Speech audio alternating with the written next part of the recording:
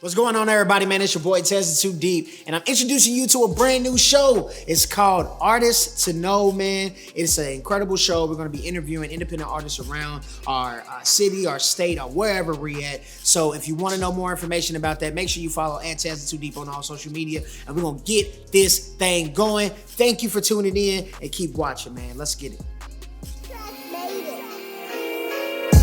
You gotta know you're great.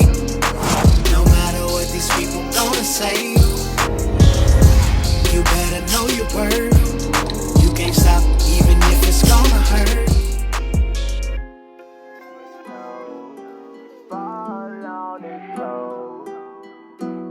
Okay, these hoes ain't ours, but we stole them. What's going on, everybody, man? It's your boy Tez Too Deep, man, and welcome again to Artists to Know. I'm so excited about this. This is where we give independent artists the opportunity to be interviewed by myself and let us know what's going on with them so we can kind of get to know them a little better. So we are excited to have today my homie, my guy, Mr. Berran Lee, man. What's going on, bro? How you feeling? You good? Hey, man, I appreciate you, man, for stopping by and you know, getting to know everybody and letting everybody know about yourself, man. So, you know, how we always do this, man, we always start off with this. First off, tell the people who you are. I go by the name of Berran Lee. I can't let you one up on me, girl, that's on my mama. I've been doing music for 10 plus years through Kentucky. You know, I've done a lot of accolades, been on BET, hosted a lot of shows, opened up for a lot of artists you know and love. As far as music, the passion goes on, and I'm thriving. I'm working on my new current project.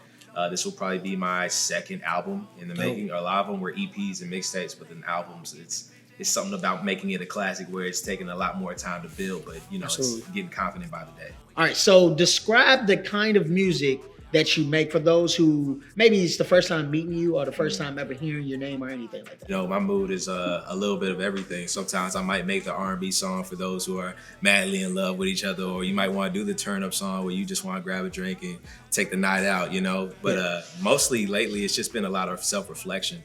The music that I've been making now is a little bit more grown compared to those who knew me at a younger age. You know, I've been dropping the debut album I dropped, I was 19 years old. Me being 28 now, it's just a whole new life for me to really explain through music how I'm handling it. Yeah, you know, so, you know, me being a father, me just now getting out the military, me, you know, going into corporate life, and, you know, all of a sudden it just feels like, wow, it sounds overwhelming, but let's see if we can like decompartmentalize a little bit and see if we can put it track for track. You know? Yeah, I got you. So you mentioned, one thing I noticed about you, man, you mentioned your growth. I mean, from 19 to 28, you know what I mean, you're doing a lot of stuff. One thing that I noticed about you when we first kind of met as well is like, I feel like you got bars. I ain't gonna lie to you.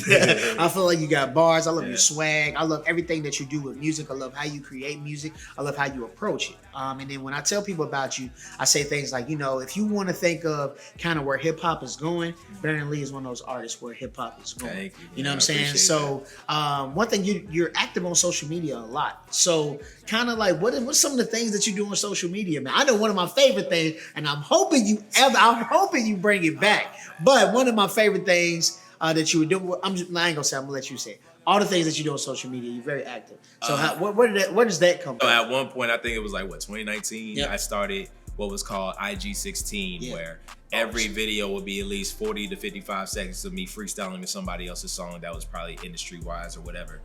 From there, the views would go crazy and people would start paying more attention, showing up at shows more. The fan base was growing. It was a good time. Yeah, great time. Fun, man. Nowadays, you know, maybe I'm not as into social media as me just, you know, getting intimate with music because I'm in the recording stage right now.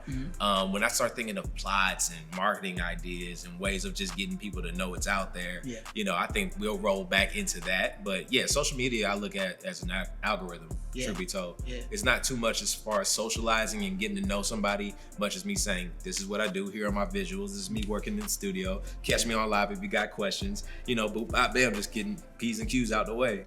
It's a great time for me to just be organized about how I do it and not be so quick as every artist seems to just release something as soon as they get it done. You know, it's you want to make sure it's well packaged. You know, you get the little thank you letter and receipt and all that. You know, just how I've done packaging for too long not to know how that works. But, yeah. I see that you have recently dipped and dabbed into a relationship, and I've seen that you are one of the most passionate fathers that I know, and I highly respect that because kids are everything to me, and kids are everything to the people that are around me. So I want to let people know that like this man's a really good father. Okay, so you're a great father, and I see all the things that you're doing with your child. So describe how does that work with your music career? She's an artist too at heart. You know, I just left the studio of us mixing our next single out. So we're actually coming up as a two group, like as a duo, if you will. We're going by 4th Street.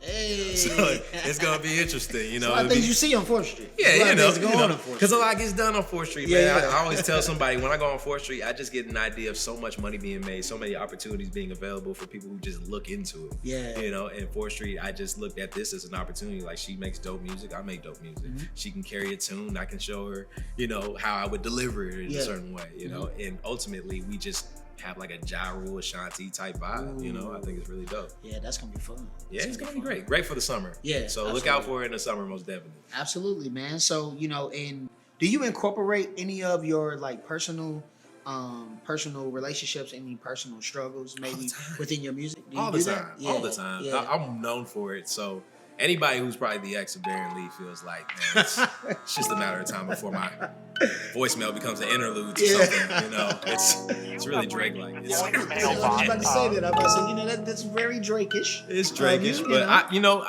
at the age I'm in now, I've always made this joke about the sign that I am as a Scorpio. There's the immature Scorpio and there's the more developed Scorpio. For me as a child, I would make immature decisions to like embarrass somebody because I was in the mood as an artistic being. That's stupid. But you go now as somebody who's developing understanding, like I could just really tell the story. I can write my lyrics. I can give you the delivery, the hurt, everything that created me as who I am. I feel like that's very important when storytelling. Absolutely. So you've also, man, I don't know if y'all know this, but he is not afraid of a challenge, okay? So he's also dibbled and dabbed into, what do we call these? Because if you ask me, I don't call them beefs. I call them situations. You know what I mean? What are you talking about? So, you know, hey, look, man, I asked you before, look, what's on and off? So, like, there was a couple times where there was other artists that you kind of went head to head with. So how does that, like, are you, I know you're not afraid of a challenge, but is that something, like, how do you respond to people maybe coming at you from the things maybe you said, or like how does that fuel you, bro? How does that drive you? Like what does that do when you, like, if, okay, for example, so what if Taz Too Deep was like, yo man, blah blah blah blah, da da da da da, bang, da da da da. I just, no matter what it was, how would you respond to that? I like your dreads, man. Your dreads are cool. Like I love your demeanor. It's like raw WrestleMania type. Yeah. I'll smack you when I see you. It's real cool. I have kids to like feed macaroni and cheese to and stuff. You know, I'm really simple, man. I'm really not this tough guy. Like, I think people get along with me because I'm honest. I don't want to be a dick to anybody, I guess. But when it comes down to music, sometimes you might catch me in the zone. Like if I'm in the studio, like I just was, you might see my attention span being a little low on tolerance and stuff. If you get it done, you get it done. Sometimes I'll laugh or this or that. But when it comes to somebody else trying to egg me on because I know they have a competitive nature, that's the genre. I get it. I love it.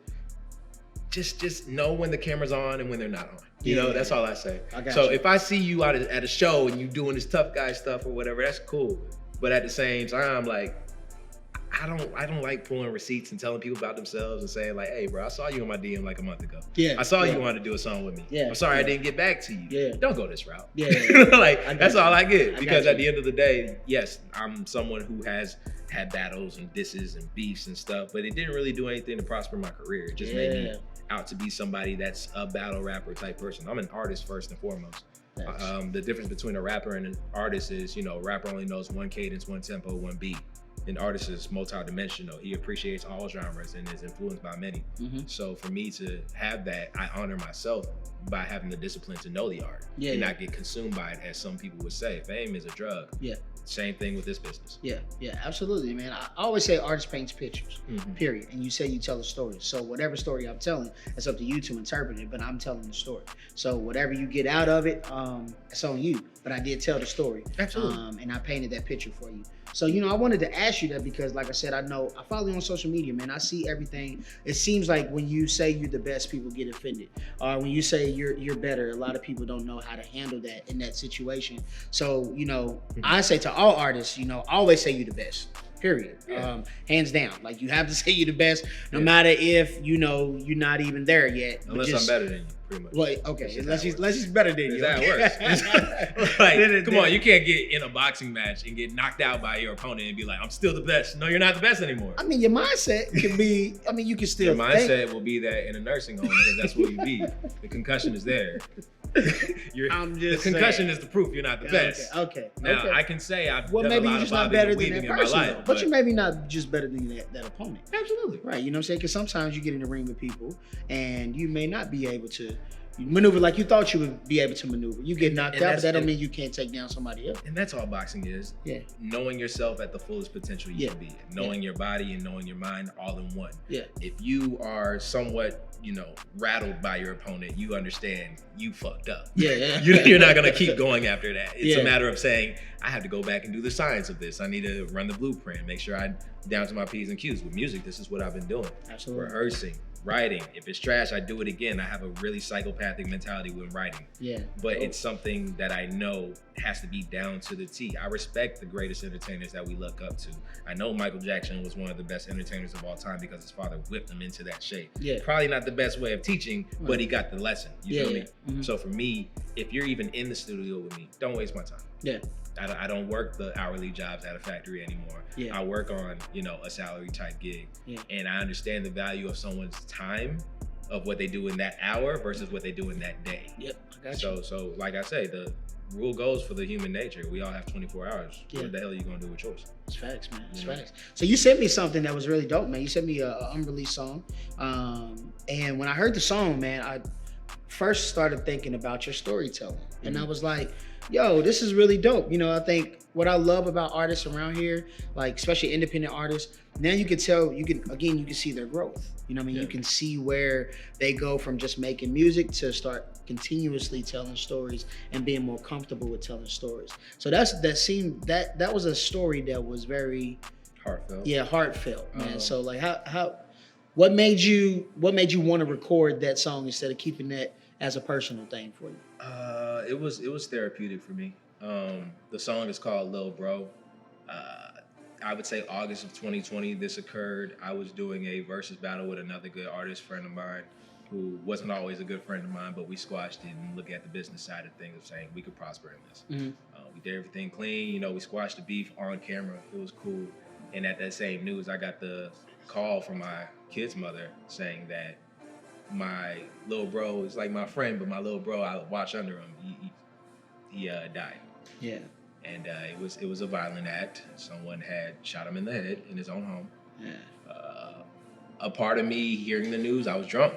Dirty lemonade, Hennessy and lemonade. Yeah. I was never more disgusted of the drink at that moment because knowing that I had a good friend of mine who I looked at as my little brother, wanted him to prosper no matter what, get out of the same situations I was in, kind of get consumed by it. Yeah. And it was a lot of revenge in my head at the time. I had very, very dark intentions, bad intentions at that. Writing this song was something that I did a year ago, but didn't want to deliver. I didn't know how to deliver. I didn't know if, I didn't want to make people believe me as much as it was just touchy. It's a touchy subject. We all lost somebody. Yeah. So for me to put this out there, let it be known that this is coming from a place of hurt. This is coming from a place of rage. The same way I did the Black Lives Matter song. It came from a place of saying, this is how we feel right now. Yeah. Since then, the trial is gone. The guy who took his life has gone off free. Yeah. There was no justice as far as the loved ones who saw that. Yeah. But ultimately, I just, at this point, it's one of those things where it's not going to get handled like you thought it was. Justice did not be served that day. So I'll push the red button. Boom. I'm gonna record this song. I'm not gonna release it as a single or nothing like that. I don't plan on giving it that kind of limelight. I don't want to do all that. But it's a matter of me saying, it's on there. So I spoke about it when someone said, "What did you do at this time?" Yeah. Same time they said Black Lives Matter. What did you do at this time? Yeah. Same with even before going in the military with the president election between Hillary Clinton and The other guy. other guy. Yeah, we know. Yeah, we on the same wavelength on that one. Exactly that. So one thing you can say in the history of time of Berran Lee music, Beat Lee music, whatever you call me, I'm still here. I want people to know that I'm not somebody that's too good to have the conversation with you. I'll sit down, we can talk it over. Yeah. Because I'm a grown man and you're a grown audience. I'm not here to raise your kids. I'm here to let you know that this is existent in your kid's life. Yep, absolutely. Pay attention to it. Absolutely.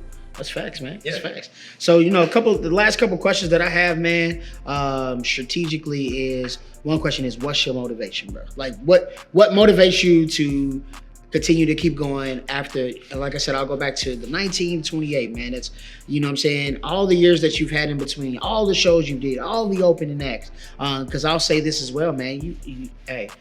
You was doing your thing, bro. Just like when I say that, consistently dropping music, being on social media, like that's a good package to unwrap for people, man. So like, what's your motivation, bro? My daughter. Yeah. My daughter is my motivation. I say that because ever since the first idea that I was gonna be a dad, I was like, man, this music thing is not gonna crack the way I wanted to crack. Yeah. But even then, from my kid's mom, who was very supportive at the time, would say, it should motivate you to do more, especially with music. And from there, it's just a carry on and carry out. Yes, I'll run into writer's block. Yes, I might make it to the show I needed to make it to. Something might come up, life takes over, music comes out of it sometimes. But with my daughter, it's just a matter of knowing that she's this 4-year-old little girl who has dreams and aspirations that I have nothing to know about yet. Yeah. If she's looking at me, she's looking at an example of pursuing that dream.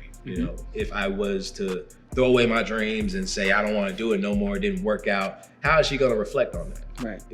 At the end of the day, this is my flesh and blood. This is my only kid. Yeah. And at the end of the day, if anybody's going to tell her to chase those dreams, it's probably the one that's chasing his own dreams. Yeah, absolutely. It just makes sense. And, it's a responsibility. We have a responsibility as artists. You say it all the time. If we don't lead a way of understanding positively that this can be accomplished, who else is going to do it for us? Who's going to give us that mind note? It's just not possible to feel like she can go into this world and not chase her dreams. Right. What's the newest or the latest project, video, song that we can hear from Berran Lee? So I put out a 7-track EP back in September. It's called Sky, which is named after my daughter, Skyla. Dope. It's just me letting people know I'm still here. Some of it is throne talk, like top of my game type stuff. You say throne like I am royalty, right? Yeah. Very shameless plug. Shameless plug, you know what I mean? But I got you. Yeah, a little bit more storytelling. I wanted to talk about my summers as a kid. I wanted to explain what quarantine put me through. I have a song called Quarantine, and going through it, it's a double play. You have to hear it. You have to hear it. Yeah. But it's cool, man. I think that was just something to put out to let people know that there's music that I didn't like, and you can have that. And that was just my year 2021. Ultimately, the album I'm working on has been 2 years in the making. Dope. It's a lot. At first, it was just me, putting together singles and club songs and songs I knew people would like. And then it's like, hey, when we gonna drop this? I'm like, it's dope. But in my head, I'm like, there's no feeling, there's no soul to it yet. There's nothing that I can say is complete until we feel that the machine is there. Yeah. But does it have a heart? Does it have a soul? Does it have a mind? Absolutely. Does it have something that's gonna give people a way of saying, yeah, he's human. Yeah. Yeah, he makes mistakes. Yeah, he knows what he's doing. Or maybe I don't. But that's the thrill of it, man. Stop looking at it as a destination and treat it like a journey. You gotta enjoy the shit. Absolutely. And lastly, man, so we're here. It's called Artists to Know. I need you to tell the people right now, why are you, Berran Lee, why are you an artist to know, to get to know more about, whatever the case may be? Tell the people why. This is your time to do that. I'm just the artist to know because I'm just like you. I come from the 9-to-5 job. I've come from the college life. I've come from the military life. I'm going into the corporate life. I'm doing everything I could possibly do to be the best version I can be. And this is just the soundtrack of that. Let people know where they can find your music and and all of that, and all the sweet stuff that we do as artists. Yeah. Right. Cool. Yeah. BerranLee.com. I got merch. I got shows. I got videos. I got interviews also with Tez on there from previous times. And whatever comes through my mind is going to be on there. We also have like an email newsletter. So if you subscribe to that, anytime I do something new, like drop an album or put a new hoodie out there, you know, you'll get it through email. Yep. Which should go through your phone. Yeah, I get it. Yeah. I get those emails. Trying to get smarter, man. It's not about as much the entertainment as far as running a business too. You know, it's just me starting from the ground up. Yep. Too cold to carry. I appreciate it, man. And thank you all so much for tuning in to Artists to Know with Berran Lee. We appreciate y'all so much, and make sure you stick around for more and more episodes, man. We love y'all. We out, man. Too deep, bro. Peace. What up, y'all? It's your boy Berran Lee, man. Just did my first interview with Artists to Know with my homie Tez. Y'all can find me on all social media at Berran Lee. That's BerranLee. Don't forget to get merch. Check out where I'm doing my next show at, all on BerranLee.com. All right, well, you got my number, you know. Hit me if you need me.